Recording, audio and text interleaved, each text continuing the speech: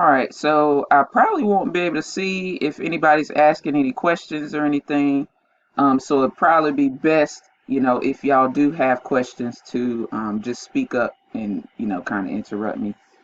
But again, thank y'all for joining me on this Saturday morning.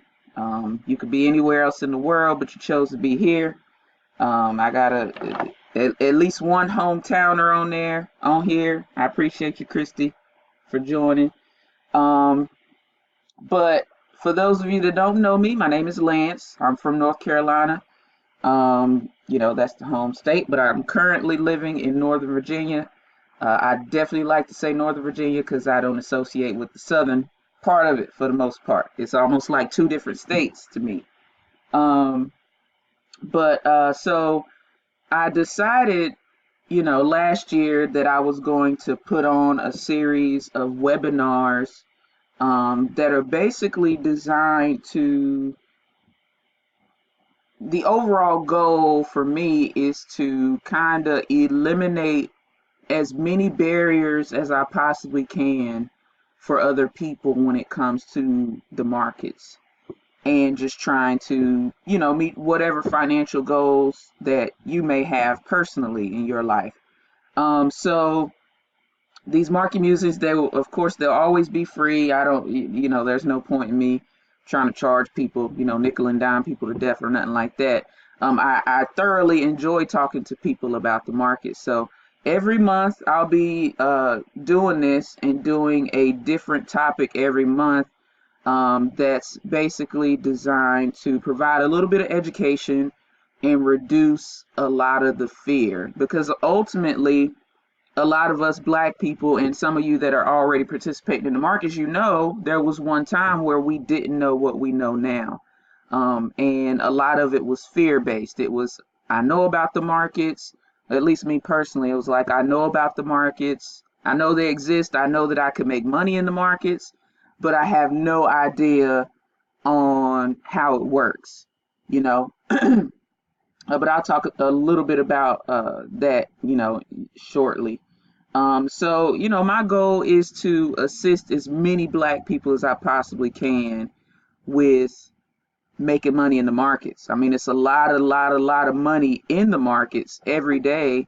And there are people that literally get up Monday through Friday and just print money from their phones, from their computers. Um, and basically, it has allowed them to make more money in less time. So that's going to be the topic that I'll talk about today. Basically, how you can make more money in less time. And like I said, I'd like for this to be as interactive as possible. So if you guys have any questions, any concerns, any thoughts, feel free to ask away. No question is a dumb question. So don't be shy. But I gotta say, as a disclaimer, that this conversation is for educational purposes and entertainment purposes only, and it's not to be misconstrued as investment advice. Please consult a licensed professional for any investing advice that you may require. All right. So now that we got that out of the way, I'd like for you guys to think about something, especially those of us that still work 9 to 5s, whether you work full time, part time.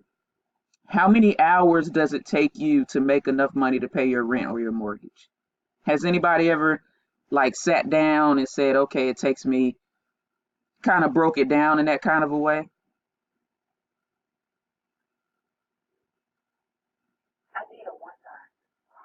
Uh-huh.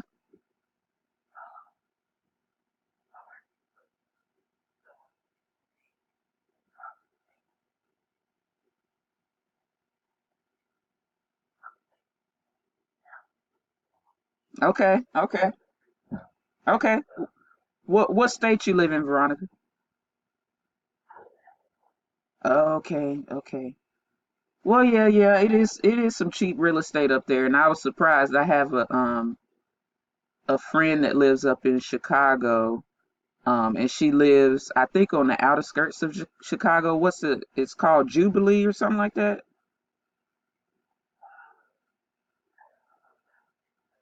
Joliet, that's what it is. But yeah, yeah, she lives. Yeah, really cheap. I was shocked. I was really shocked. I think,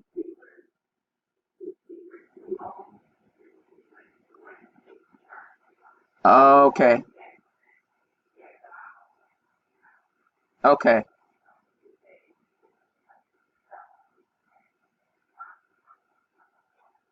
Wow. Wow.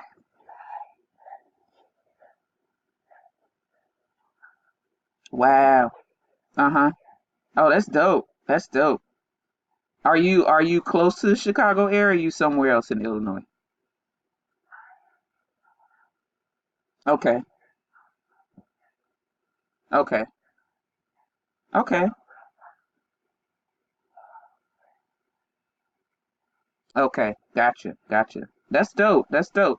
But I think it's important and really dope that you sat down and really broke that down and said, okay, it takes me this long to pay my mortgage.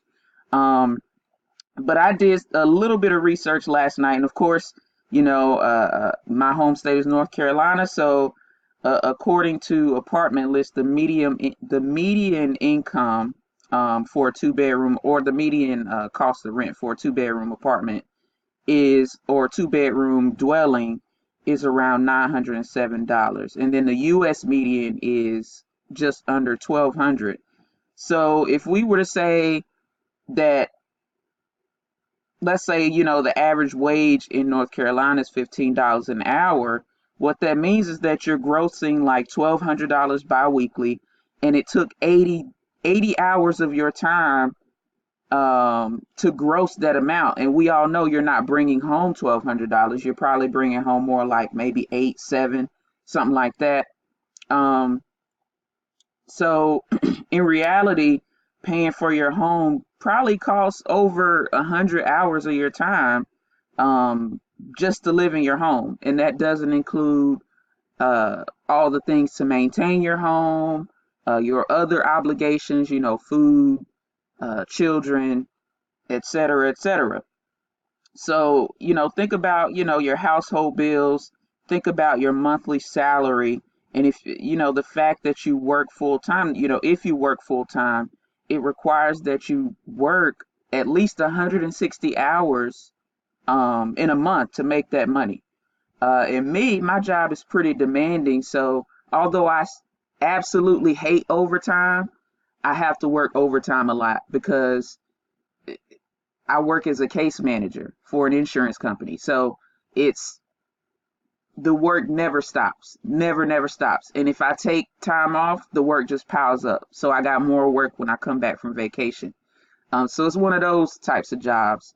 Um, I work probably on average at least about 5 hours overtime a week. So that takes extra time out of my life that I could be doing things that I would much rather do. Um, and I learned early on that overtime is just it's low key a scam to me.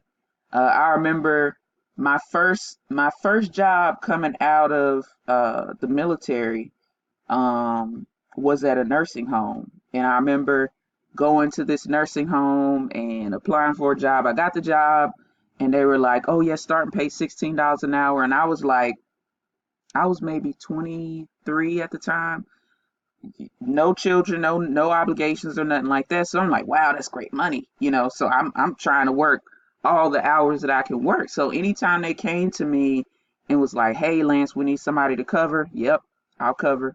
And it was almost like I was working two jobs at one job. And I remember I got that first check, and I was like, man, this check got to be dope. And I looked, and like so much, it was like $800 just taxes taken out just because of the overtime. And I was like, I had to go to HR. I was like, look, something ain't right. Like the math ain't adding up on this. I don't get it. Like, you gonna have to break it down to me. So dude broke it down. To this day, it don't make sense. It's a scam. That's pretty much what I chalked it up to, because you wasn't able to explain it to me to where I understand it clearly and I'm cool with it. So boom, it's a scam. After that, I was like, bump overtime, man. I'm done with it. So After that, they pretty much had to beg me to do overtime. So I was like, I'm not going to be spending so much of my free time at work.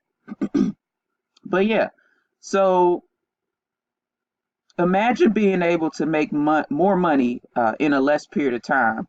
And I know some of y'all may have seen Maurice post that, in just 14 days, he grew his brokerage account from $750 to over 9,000. Um, and so I want you to think about how long it would take you to make $9,000 at your place of employment. Months, probably. And for some people, they make that much maybe in a year, depending on what your average or what your hourly salary is or wage is. And just know that it doesn't have to be that much. So think about how much an extra 100, 200, $300 would be beneficial if that were coming into your household, whether it be per check or per month. Just think about how would it change your economic situation.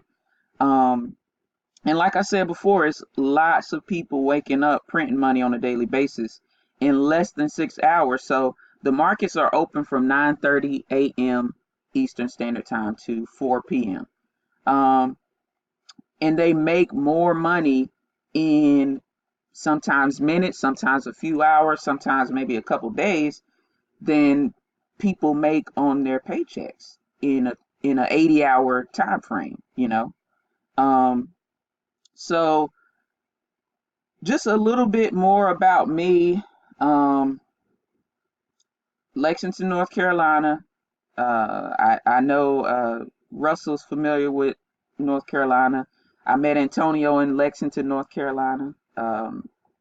Not sure, if besides Christy, who else has been there, but very small city. Um, Not a whole lot going on there, really, especially since after Clinton did what he did with NAFTA, all the good factory jobs just disappeared. So nothing really going on in terms of, job opportunities anymore. And as a matter of fact, another plant just shut down, I think in December, this past December in my hometown. So a few hundred people or a couple hundred people or something like that lost their jobs. Hold on, I think somebody's trying to get in, maybe. Oh, Mario. Okay. Yeah, so yeah, that's pretty much, and I'm pretty sure that's the story with many, many, many places across the country. But that's just a little bit about my hometown, and I grew up in a housing project, so I didn't grow up with my parents didn't have a lot of money or anything like that. Had what I needed, grateful, fortunate and grateful for that. But as far as those extra things, it just wasn't really happening. Um, but one thing about me, even as early or as long as I could remember, I was always dreaming of how I wanted my life to be. So I'd spend, there was trouble right outside my door, but I'd spend my time cooped up in my bedroom, reading, writing, dreaming, daydreaming, trying to, I didn't know anything about manifesting back then, but basically I was manifesting my adult life. I was just like, I would always think to myself, when I'm grown, I'm not going to repeat the patterns that I see in my family. I'm going to do things differently, you know. And although, my mom didn't go to college, my dad didn't go to college, uh, my mom really encouraged me to go to college. I mean, it was almost like I didn't have a choice. I was going. Um, so yeah, I did that. Went to college. Went to ECU. Um, Left for a little bit because I joined the military while I was in college. But as soon as I finished my active duty stuff, I went back to school and finished college. Um, College was a struggle, man, for a little bit. Uh, because I didn't have, my parents didn't have the resources to say, hey, we dropped some money in your account. Um, no allowances or anything like that. So I had to get it on my own. And how much money could I make as a college student with virtually no experience and nothing? And this was pre-military, so the only choices I had was, a restaurant, retail, stuff like that. So that's what I did. But I mean, it was no money. Like I was making like maybe seven, somewhere between 7 and 8 an hour. And I was just working part time, of course, because I had a full time course load in school. Um, so yeah, I went to the military, and I was like, my main goal when I went into the military was I want to be able to have a skill set that would translate in the civilian sector that would also allow me to live more comfortably while I go through school. So it was never a plan to do what I do for a long period of time, even then. So came out, and that's when I started, working as a nurse. I was making a little more money, so and back then, rent was cheap. I was paying like $500 for my little apartment, so that was nothing. But imagine, I'm not sure, if any of you guys have any experience with like nursing homes or anything like that, but just the nursing field, period. You're severely overworked and underpaid. And in nursing homes, there's a very high turnover ratio. So a lot of people calling out, and the directors of nursing, they don't care what you got going on of uh, outside of the job, outside of that building. They want to make sure that the patients that they're responsible for are properly cared for. And I understand that. But imagine me having a full course load, and I mean like I was taking like maybe 16 credit hours in school. And although I was hired part-time in my job, I was working full-time hours plus overtime. Um, and then my job was 45 minutes away from my apartment. So my apartment was, like a short, maybe 5-10 minute drive from school. So, it's cool. But going to work was was tough. So lots of days I would be in school, go straight to work 16 hours, come home just in time to take a shower, and I'm going back to school because I got classes. So I had to kind of figure out how to arrange my class schedule to accommodate for basically to allow me to rest a little bit as much as possible. But what I ended up doing was filling up those days off with work. And then on top of that, I was still in the Army Reserve. So I had an obligation to the military one weekend out of every month. So in the nursing field, especially in nursing homes, you usually work 2 weekends out of the month. So every other weekend you have to work.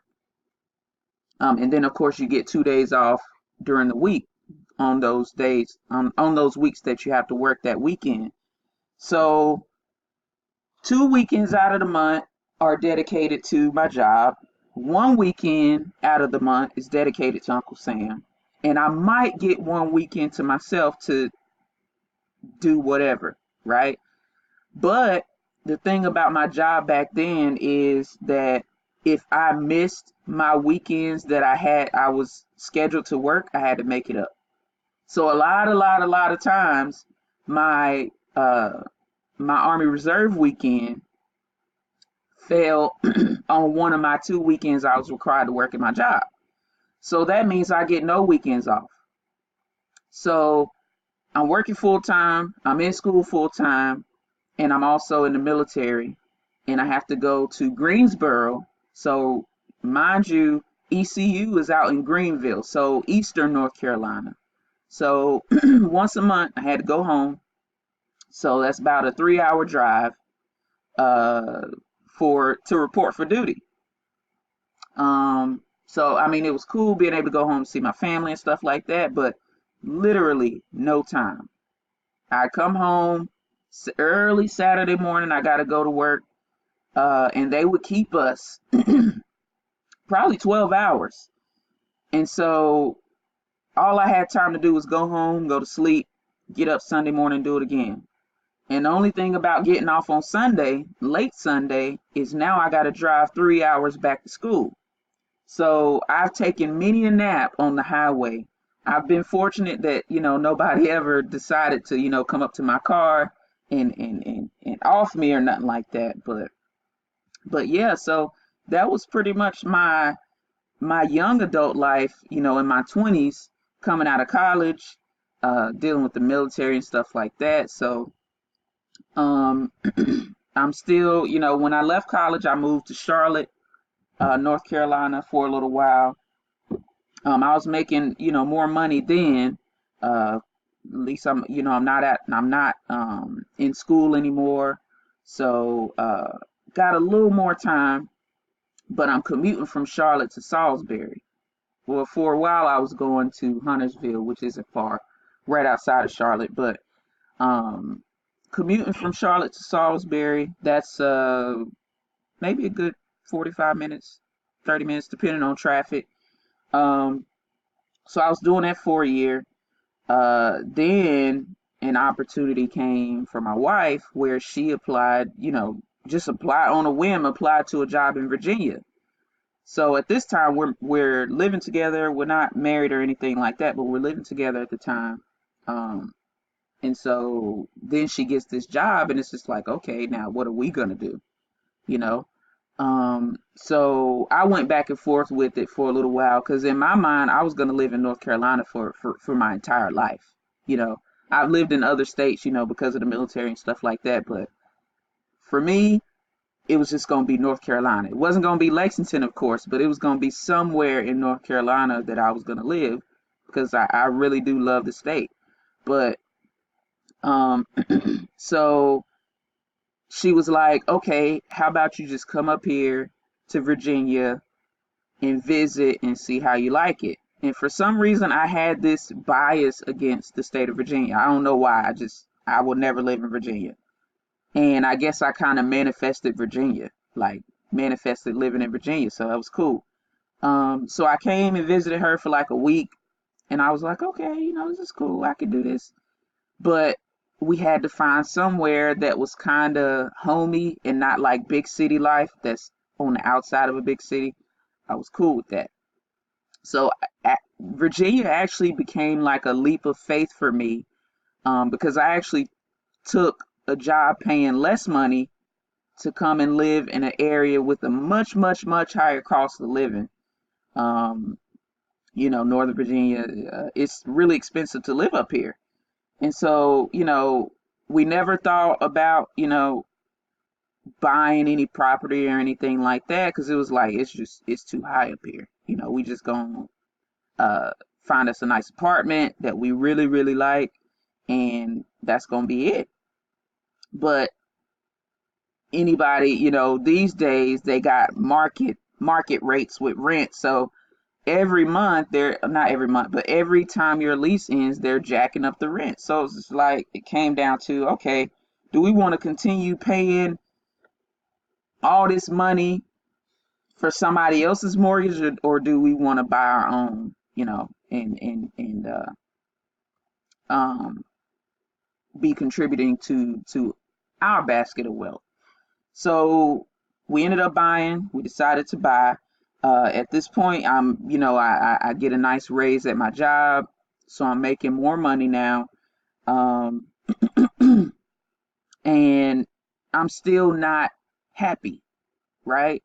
Making more money, I'm living good, eating good, all that good stuff. I can do what I want to do, but I'm not happy. I'm commuting up and down 95. Anybody that knows how Northern Virginia or DMV traffic is, man, it'll make you want to kill somebody, really. So I'm commuting back and forth, um, at least an hour one way. Like commuting is up until 2 years ago, commuting was all I knew.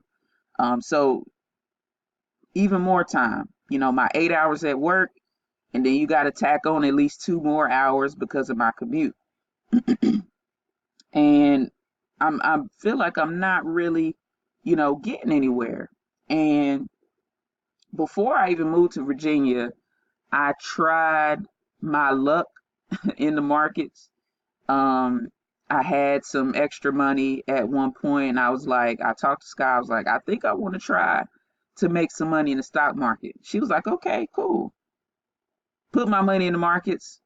I just knew I was about to be rich overnight. I mean, that's at least that's how I went about it. Just knew I was about to make a bunch of money. And of course, then it was penny stocks. Of course, penny stocks still exist, but that's all I knew about. Of course, because when I would do research in the markets, everybody was talking about penny stocks. So I was like, okay, well, I need to be looking at penny stocks. I ain't had no clue, excuse me, no clue on what I was looking at. I didn't know how to evaluate any company, so I was just guessing and going with the recommendations of some other people. So people was like, "Hey, you need to buy some penny stock in like Sally Mae and stuff like that." And so I did. So I made a little bit of money with that when I bought some shares of, what was it? Freddie something. It was one of those student loan stocks or whatever. Put some money in there, put some money in cannabis. And then I would be telling my friends, and people were so shocked that you could buy stock back then. And this was like, man, 8 years ago. People were so shocked that you could buy stock in cannabis companies. Because they were like, well, cannabis is illegal, so how are you buying stock in it? That was their thing. Like they would have never even thought that cannabis companies were listed on the stock market. So I did that. Basically, ultimately, lost everything that I put in there. But I wasn't discouraged. I wasn't phased. It was just like, okay, now that I got my feet wet a little bit, I'm not gonna mess with it anymore uh, until I learn how to do this the right way. So fast forward uh, many more years, I come across uh, a group. It's called Black Hedge Fund or something like that. And the creator of that group had put up a post, and someone in there commented, "Hey, I'm in this group where black people are learning about the stock market. If you're interested, shoot me your email and I'll put you in." So I'm like, well, shoot, I don't know her from a can of paint, but I'm gonna hit her up. So I hit her up, was like, here's my email, put me in. So she put me in, and I watched the first video. So back then, it wasn't broken down the way it is now, but basically you could get a free preview of the information. So that first night, I watched about 10 videos, and I was like, okay, I'm sold. What I got to do now? So I hit up the guy that founded the group. He was like, just send a donation of $20 a month, and we good. So I'm like, okay, that's cool. That's no money. So went to the wife and was like, hey, we need to budget for this $20 a month. Put that on the list of bills. That's what it's gonna be. So basically, I had to invest in myself and make sacrifices um, in order to get to where I was trying to go. Um, so that information just drastically changed my life, changed my outlook on life, changed the way that I react to a lot of things. Taught me a lot about myself and about people in general. Um, and so I was just sold for life. But I always knew and I always told myself that I'll never be without the resources that I need to take care of myself and to take care of my family. I know what that feels like. Some of you may know what that feels like. It's just not a great feeling to be able to be like, okay, I need this, but I really don't have the means to do it or to get it.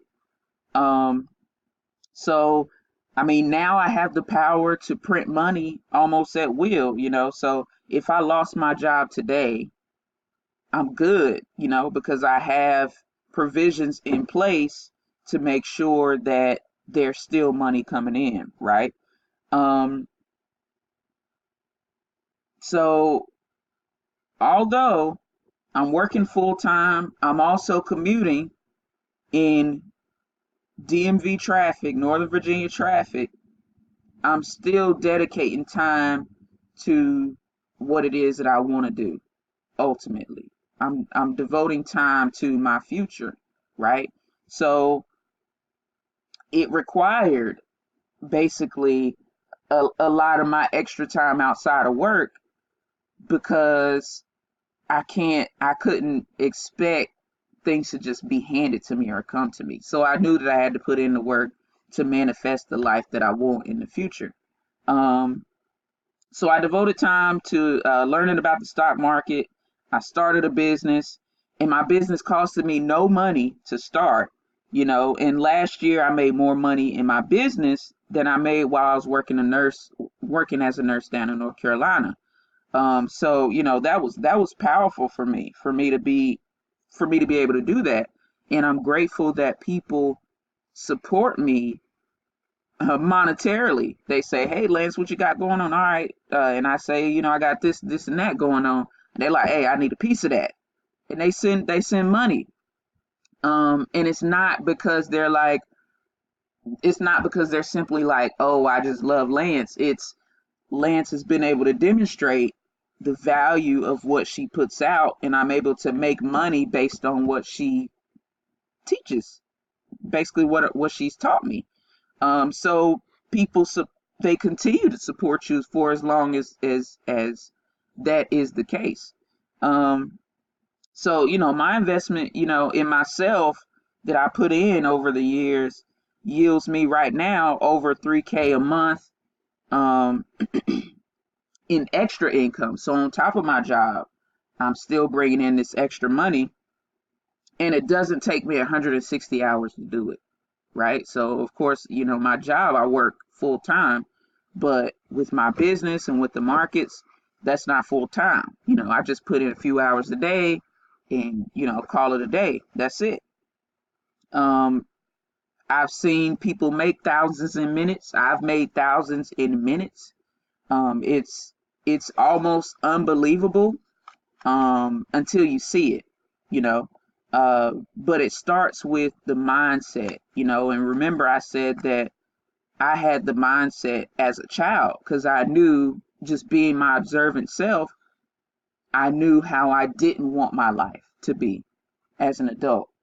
So I've been planning all my life for my adult life, you know. Um, and so the overall takeaway is, if you're able to make more money in less time, then that gives you more money, or more time, I mean, to dedicate to whatever it is that you like to do. I do understand that there are people that really, really enjoy their jobs, and that's cool. But just think about, even if you were able to bring in more money, right? Because ultimately, most of us, we can't pass our jobs on to our children. We can't do that. So if you're one of those people that is like, I really love my job, I plan to work here until I retire, at least think about, what can I do now in the meantime that won't require a lot of my time, but it's something that I can store for my children if you do have children.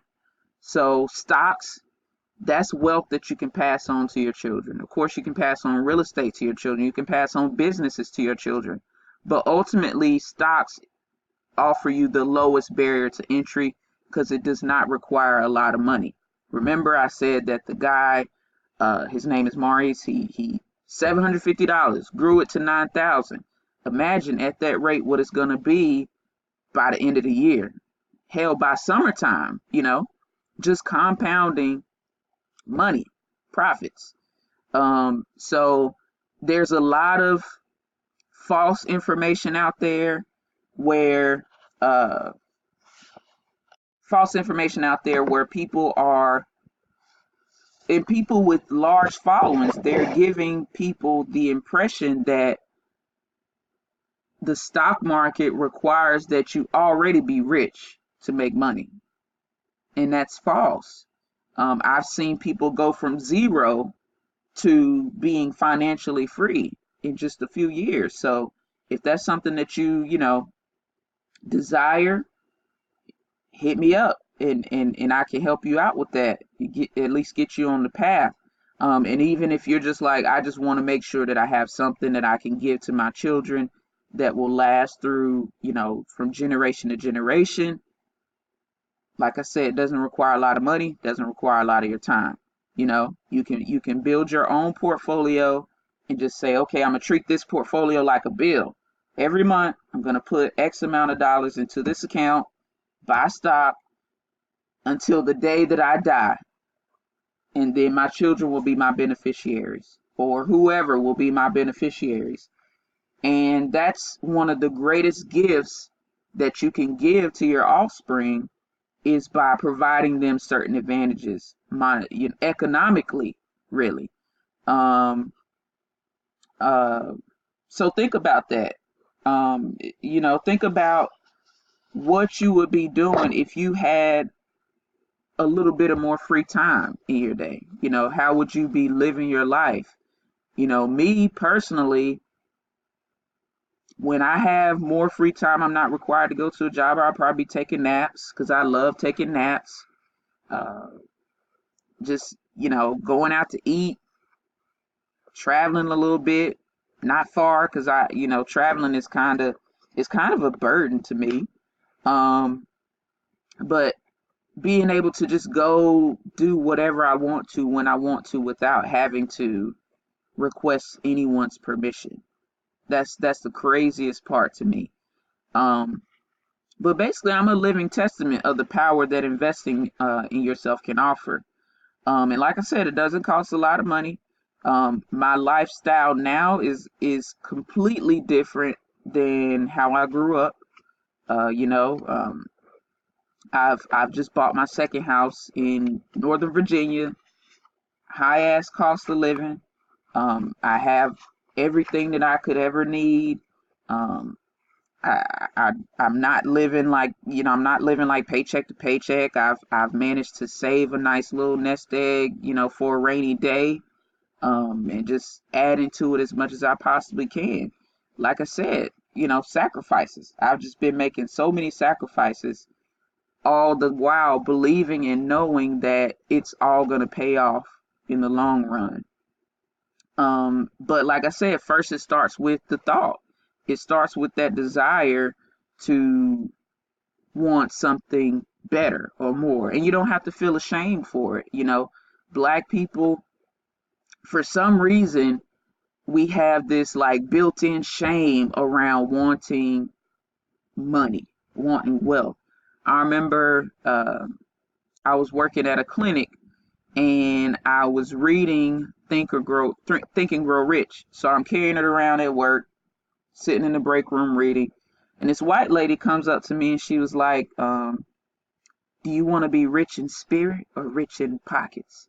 Like, bitch, both. Like, I'm already rich in spirit. I'm ready for the pockets now, because that spirit shit ain't getting black folks nowhere. As you can see, we're very rich in the spirit. And basically, it's just been exploited, how we just naturally are caring, emotional people.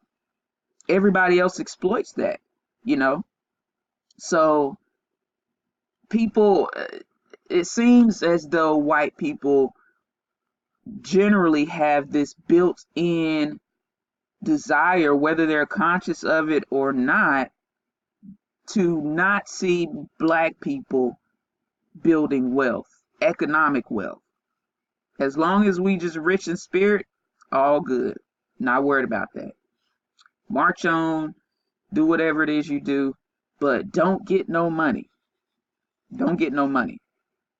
But anyway, if you're not near Bacchus and you desire to learn the same stuff that I've learned that's helped me to earn extra money, and that will ultimately allow me to leave my job, which I'm planning to do in the next couple of months or the next few months, um, leaving the workforce, the traditional workforce at least, and I'll be striking out on my own. So if that's you, hit me up. Um, I'm offering $40 a month to join. You get access to the information. You get access to the system of knowledge that taught me. It comes with mentorship and group support. Um, but I would just say if you really want it, and just be serious, be dedicated. Don't think, hey, I'm gonna do this today and tomorrow I'm gonna be clocking some serious dollars. No, as you can see from my story, that wasn't the case. I didn't join one day and then clock serious dollars a week later. That's not it. Um, what I would also require is that you also put aside extra money in an account where you're not going to touch it. And so while you're learning the information, I'm there with you every step of the way. And then we get you to that advanced level where you're trading options or trading crypto or whatever it is that tickles your fancy. We'll go back to that money that you set aside and we'll say, okay, now we're going to try to grow this money. So, like I said, it does not require a lot of money at all. But the time that you put into this can free up more time for you and also give you more money. So, I'm gonna stop right there. If y'all have any questions, hit me. Any questions about the markets, any comments, anything, I welcome it.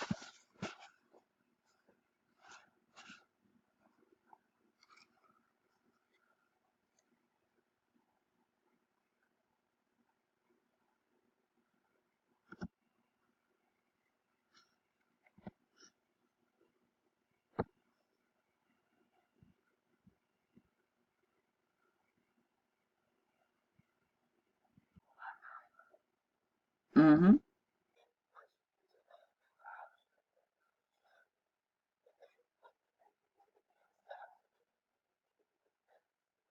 Mm-hmm.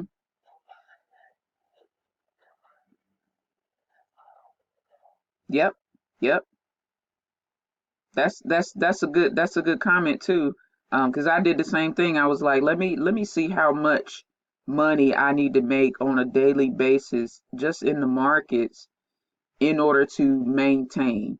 And I found that it wasn't a lot. I was like, okay, a few hundred, okay, that's doable, you know.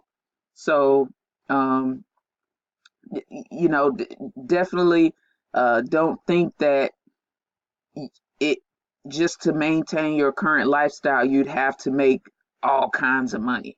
So, $300 a day. A lot of people don't even make that much. A lot of people make much, much less than that. So, yeah, thank you for that.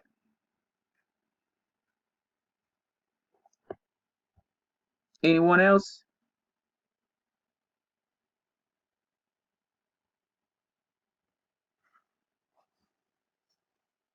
Questions, comments, anything?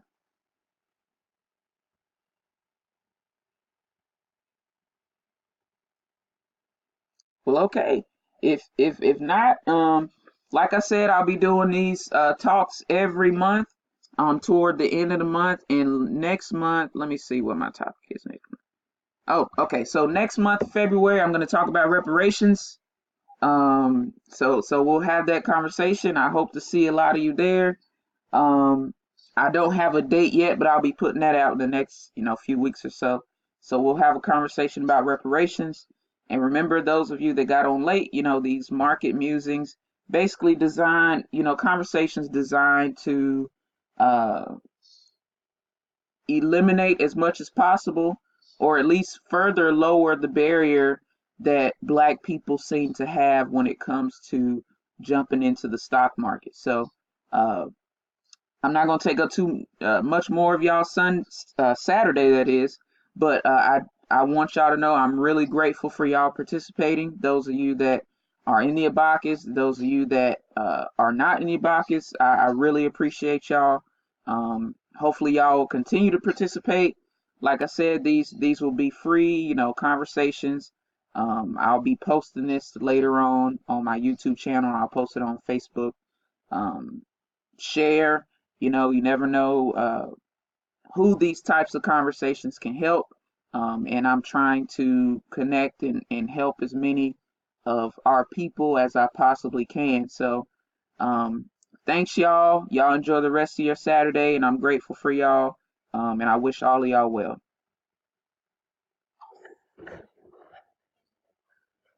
You too. You too. You too, Tony. Thanks.